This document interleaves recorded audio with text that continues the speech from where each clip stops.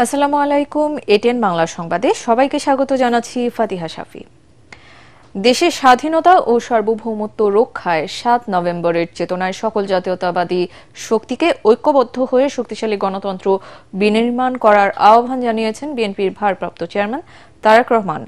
৭ই নভেম্বর জাতীয় বিপ্লব ও সংহতি দিবস উপলক্ষে দেয়া বাণীতে তিনি বলেন, ৫ অগস্ট ছাত্র জনতার আত্মদানের মধ্য দিয়ে মানুষের মধ্যে গণতন্ত্রের মুক্তির পথ প্রসারিত হয়েছে। এখন চূড়ান্ত গণতন্ত্রের চর্চার জন্য অবাধ সুষ্ঠু নির্বাচন সহ গণতন্ত্রের অপরিহার্য শর্ত হিসেবে মানুষের মৌলিক মানবাধিকার নিশ্চিত করতে হবে। বাংলাদেশের ইতিহাসে ১৯৭৫ সালের ৭ই নভেম্বর সিপাহী জনতার বিপ্লব শুধু মোড় পরিবর্তনকারী ঘটনা নয়, এদেশে আধিপত্যবাদ বিরোধী জাতীয়তাবাদী রাজনীতির অভ্যুদয়ের সূচনা।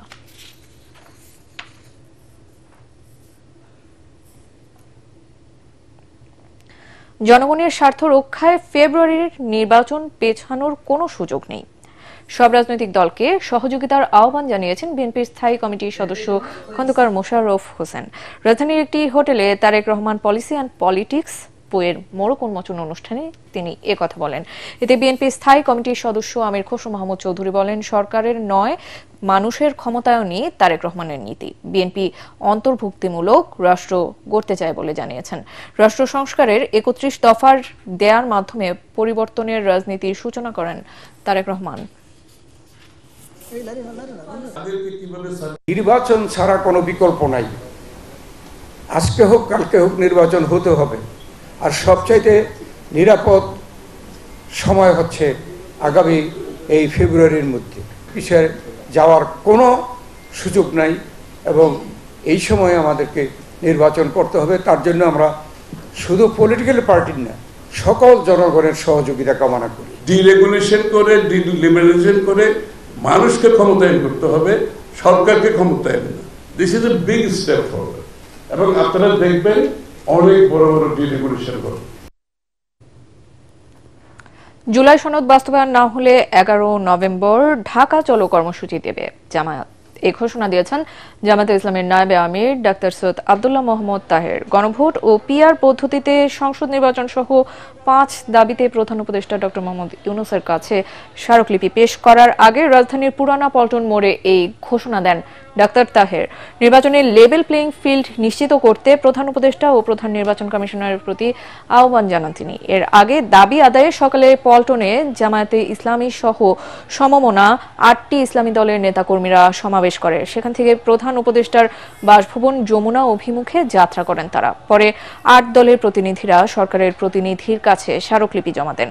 জামায়াত ছাড়া অন্য দলগুলো হলো ইসলামী আন্দোলন বাংলাদেশ, খেলাফত মজলিস, বাংলাদেশ খেলাফত মজলিস, বাংলাদেশ খেলাফত আন্দোলন, বাংলাদেশ নেজামে ইসলামী পার্টি, জাতীয় গণতান্ত্রিক পার্টি জাকপা ও বাংলাদেশ ডেভেলপমেন্ট পার্টি। দাবি আদায় না হওয়া পর্যন্ত আন্দোলন চালিয়ে যাওয়ার ঘোষণা দেন নেতারা। আমরা কোনো নিয়মতান্ত্রিক আন্দোলনে আছি, সোজা আঙ্গুলে যদি কি না হতে আঙ্গুল বাঁকা করব। সময় ক্ষেপণ এই চালাকি আপনাদেরকে বিপদে ফেলাবে ইনশাআল্লাহ। গণভোট জাতীয় নির্বাচনের আগে হতে হবে। জাতীয় নির্বাচনের তফসিল ঘোষণার পরেও গণভোট করতে আইনি কোনো বাধা নাই, সুতরাং সময় আছে।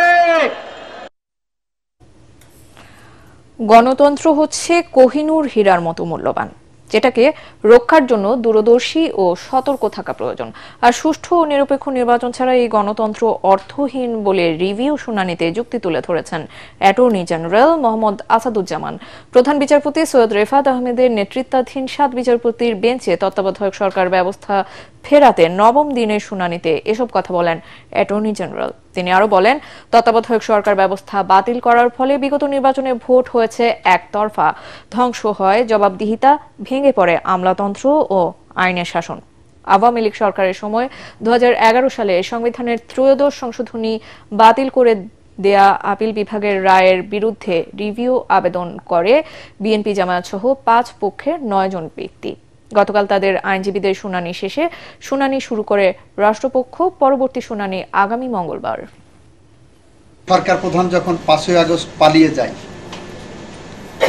তার ক্যাবিনেট যখন পালিয়ে যায়, তার মেম্বার্স অফ পার্লামেন্টটা যখন পালিয়ে যায়, তার রাজনৈতিক দলের সহকর্মীরা যখন পালিয়ে যায়, তখন রাষ্ট্রপতির সামনে যখন কোনো পথ খোলা থাকে না, এ দেশের জনগণকে অরক্ষিত রেখে যখন কোনো পথ খোলা থাকে না, তখন রাষ্ট্রপতি 106 ধারায় ওপিনিয়ন নিয়ে, সুপ্রিম কোর্টের কাছ থেকে ওপিনিয়ন নিয়ে যে সরকার গঠন করেছেন, এই সরকার গঠন শুধুমাত্র সুপ্রিম কোর্টের ওপিনিয়নের উপর নির্ভর করে না। এইটা রেভলিউশনারি থিওরি অনুসারে মুক্তিকামী জনগণ, বিজয়ী জনগণ, স্বাধীন জনগণ, গণঅভ্যুত্থানে নেতৃত্বকারী জনগণ যেভাবে নির্ধারণ করবেন সেটাই সংবিধান, সেটাই আইন, সেই অনুসারে দেশ চলবে। পরবর্তী সংবাদ দেখার আমন্ত্রণ জানিয়ে এখনকার মতো শেষ করছি। এটিএন বাংলা সংবাদ ইউটিউবে দেখতে ব্রাউজ করুন youtube/ATN Bangla News। ধন্যবাদ।